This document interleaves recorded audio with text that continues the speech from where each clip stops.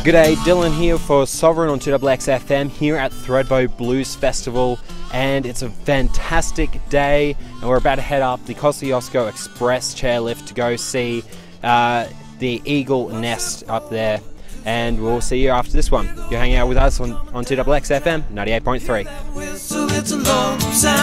G'day, Dylan here for 2XX FM, Sovereign, and we are up on the Kosciuszko Express lift going to see Phil and Trudy at the Eagle's Nest, and it took a little while, needed to wait for the wind to go down, but we're pretty happy going up there now, and we're seeing some fantastic sights across here.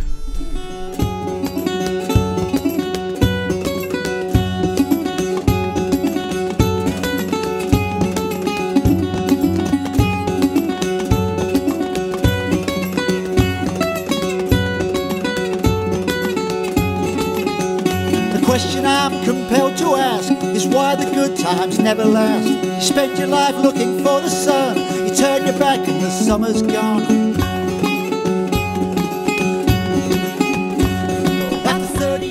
G'day, Dylan here for Sovereign at 2XX, and I'm here at Thredbo Blues Festival with the amazing Phil and Trudy Edgely. How are you guys going today? Thank you. Good, mate. Thanks. Good, mate. Amazing, should I say. Amazing. That's great. And I really want to know, how did you, what's your story? Where'd you guys come from? Initially? Well, I'm originally from far north Queensland, Mackay. Yeah, I'm from the UK initially, obviously, with this quaint accent. Yeah, I came out to Australia in about 1990. We met on the northern beaches. In Sydney. That was the next part of Trude's story. Yeah, I was just sort of thinking on the northern beaches. And it's all started from there, really. We've done a bit of music together, travelled a bit with it. And then Phil went on to do 3 albums. And I basically became the manager and the roadie. And yeah. I don't know about roadie. She never used to carry much. And then I returned back to the music side of it, which has been going into, what, 2.5 years now? Yeah, something like that. We always used to play together. When we first met, we had this common interest, a lot of common interests, but music was definitely one of them. We always used to play a lot of stuff together, and I suppose it's all cliches, you know, played at friends' parties, stuff like that, and, you know, then it got a bit more serious. Yeah, like Trude said, I started doing solo stuff for no reason as such. Trude was just so busy with promotion and management, but it got to the point where she sort of thought, well, hey, I'm sitting here all night watching you, you know. Yeah, and she just ended up becoming part of it. It very quickly evolved, should I say. She started off just sitting in for one set, and that very quickly turned to me saying, look, why don't you just stay on all night? You know, it's just I used to enjoy the solo thing, but it gives you a much more latitude, room to breathe. It's great having Trude back on stage, and it's just going well, actually. Yeah.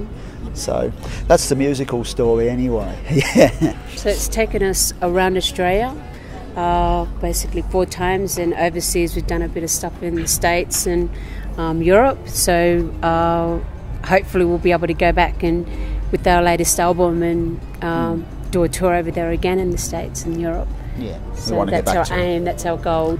Yeah, that's been good. Music's allowed us to see a lot, and like Trude said, four laps of Australia, you can't complain. We've been to many places so remote, some of the areas, which was a great experience, because usually you just think of the East Coast, but when you go to the West Coast and do Northern Territory, that is just so different. It's awesome, great. It's a great feel. 8 hours between gigs. Yes. Yeah. So why blues music? What really got you into that? From my point of view, look, I started out life, I've always liked music. My grandfather got me into music in a brass band, of all things. Yeah, it's strange, I used to play a trombone. But I got drawn to sort of rock music and stuff, and then you don't have to look, you start listening to people like Jimmy Page and, you know, Jeff Beck and people like that, you very soon end up back in the 30s with Robert Johnson and stuff like that, and you know, that's probably just me listening to the music I used to listen to and then being very enthusiastic about it. It's like, well, where did this come from? You know, you'd hear a song and you'd think somebody had written it, then you'd realise, oh no, that was written 80 years ago. So, oh wow. And then you start looking back to that. and you discover this whole genre, and then you branch out into all these other directions. So just from interest, I think, is what got. And I like the fact that blues deals with the sort of reality of life. You know, it sort of deals with what. It doesn't sort of pull any punches. You know, it sort of expresses. And I like the guitar side of it as well. You know, every kid wants to be a lead guitarist in a rock band, don't they? So I think that's where it all started. I don't know about Trude, but mine was basically the background in gospel music, so that's my very big in that side of it. And my father and his brothers used to sing on the streets from where we actually come from, in Mackay and Far North Queensland. So it's always been in the family to sing and to be musical. And so with me, with my background and having those influences in, you know, like I like people like Carole King, all that older stuff, Bessie Smith and Nina Simone. So with my influences and Phil's, it was a nice infusion. You find common ground with a lot of things with me. I think that it does. And again, another cliche. I think a lot of people find common ground in music. You know, you can get quite a diverse bunch of people, and all of a sudden, they will actually agree on one certain aspect of music. You know, so yeah, it's a good thing. I think it's a good thing. So that's what draws us towards it. I think. Yeah. And where to from now, from in the future? Oh, we're thinking of becoming famous and retiring.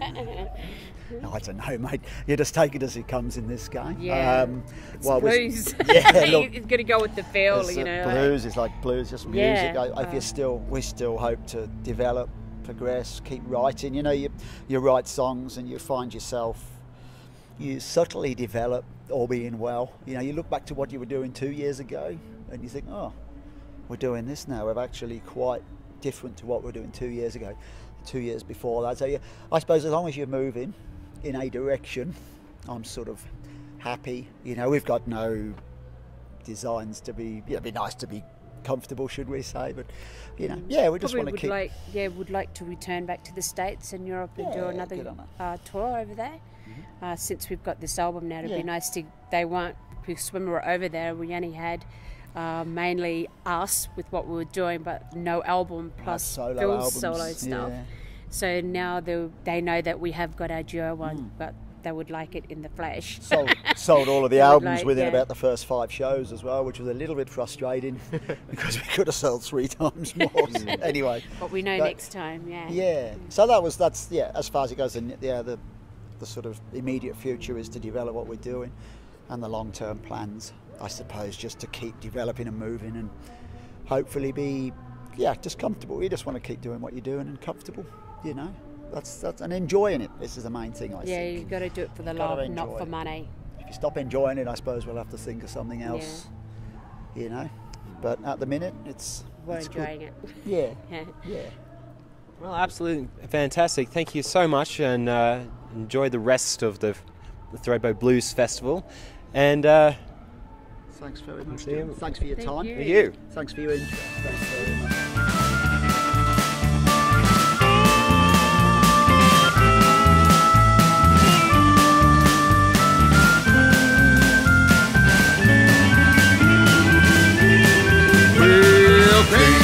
Mama, cut them trees on down.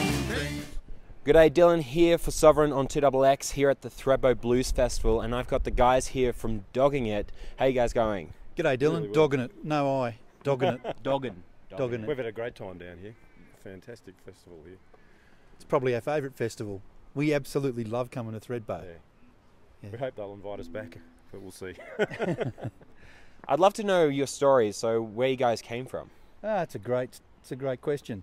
We've known each other and we've been pretty good mates for 30 years. We actually used to work together in digital.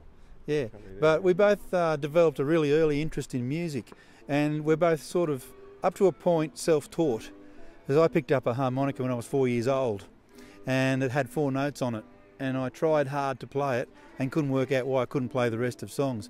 And Graham, how did you start? Well, I didn't start playing until I was about 16, when Dad bought me a $70 guitar I basically taught myself, but I've always been interested in the acoustic blues and all that sort of stuff. So just from listening to records, Dutch Tilders and all the old blues masters, Stefan Grossman as well, those sort of people. That's how I learned. And during the 1980s, there was a really strong blues scene in Sydney, and we used to hear international players over at Balmain and Roselle, at the Three Weeds and the Cat and Fiddle and the Bridge Hotel and the Unity Hall.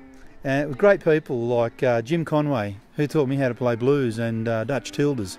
Captain Matchbox, Hokum Ensemble. And we used to hear international guests too, people like Muddy Waters and Sonny and... Not Muddy Waters, Sonny and Brownie, and John Cephas and Phil Wiggins. Yeah. And then when they used to come out, we used to see people like Leo Kotke, didn't we? Yeah, yeah. And we loved people like John Renbourn and Bert Jansch from the UK folk scene. What we did, we started jamming at work. That's what we used to do in the stairwell. Once a week in the stairwell, we used to get a case of beer, invite all our mates along and just have a big jam for a couple of hours each week. Yeah, so they went home happy on a Friday night, and then we did nothing for 20 years. Yeah, then we raised children. It's really funny because Blue Heat played yesterday, and they were really famous 20 years ago, and they had two the National Awards Album of the Year, Blues Album of the Year 2 years in a row, and then they had a layoff for 20 years, and they came back 3 years ago and started up again. And I said to Cletus, who's what I call him, his mother called him Graham, but I call him Cletus. He's Jed. And I said to Cletus, they're just like us, except they did something 20 years ago. We had a 20-year layoff. We had a 20-year layoff, but we didn't actually do anything in the beginning. During your set, you were playing the didgeridoo. I'd love to know how you got started on that. Love the sound of the didge, and because there are only two of us, and I'm actually a harmonica player, we were really looking for something to add a bit of texture. And because we've written songs about Aboriginal communities, and we love regional Australia, and we love meeting people, and we care about the plight of the Aborigines, and we were really thinking, how can normal Australian people help Aborigines? And what came to us was Fred Hollows is already doing it, and they've got a program where if Australian people donate $10, they can restore the sight of one Aboriginal child. So we play the didge for the sound, and to add a little bit of beautiful content to the Aboriginal themed songs that we play. Things like there's a song called Hopevale, which Cletus wrote about a little town called Hopevale on the Cape York Peninsula. Never been up there, but it was based on an article by Noel Pearson, because that's Noel Pearson's hometown. And as John was saying before, that used to be a great town when Noel Pearson grew up, but it's really deteriorated in the last few years. And Noel Pearson's really trying hard, putting programs in place to really lift the town up again. So it's a song about that. So that's one of our songs with the didge. The other one we do is Tambar Springs, isn't it, Jed? Yeah, Tambar Springs. It's another regional town. And, well, the truth is we just love the sound of the didge. It's quite funny because we live up in Sydney, and we've had quite a few Aboriginal people come up and ask us about the didge and ask us how to get started playing the didge. And playing the didge is really a very easy art. Playing it well is not. And remembering to breathe is the trick. You've got to keep remembering to breathe. So you've been travelling around internationally and such? Yes. Yeah, we were lucky because we played a few gigs, entered the Sydney Blues Comp, unexpectedly won it, and they sent us to Memphis in 2013, and we contested the International Blues Comp over there. It was a thrill, wasn't it, Cletus? It was. That was fantastic. We had the best time of our lives. We were pretty naive when we went over because we'd done 12 gigs before we went there. And we landed in Beale Street with the top blues players from 80 countries playing for sheep stations. And most of the players had been doing 200 gigs a year and stuff like that, weren't they? And we turned up. We were just doing it for fun, and it went way, way better than we thought it would. And we came back thinking that we could actually play the blues. So good experiences. So now we like to play regional areas in New South Wales, and we like to go to the music festivals, and we're looking at international touring, and we're not quite ready this year, but we're thinking we'll probably do... Hopefully ready next year. Yeah, hopefully the UK and America next year. We'll see how it pans out. Brilliant. Well, thanks very much for meeting us. It's a pleasure, Dylan. And enjoy the rest of the festival. And look, we'll see you in Canberra because K1 and K2 and the Canberra Blues Society are amazingly strong, and we like to play at the HG Club down there, and they've got a fantastic blues following in Canberra, so we might see you down there. Canberra does blues really well, actually. We'll let you know if we're coming down. Thank you very much. Absolutely. Okay. Thank you. Cheerio. Okay, thank you.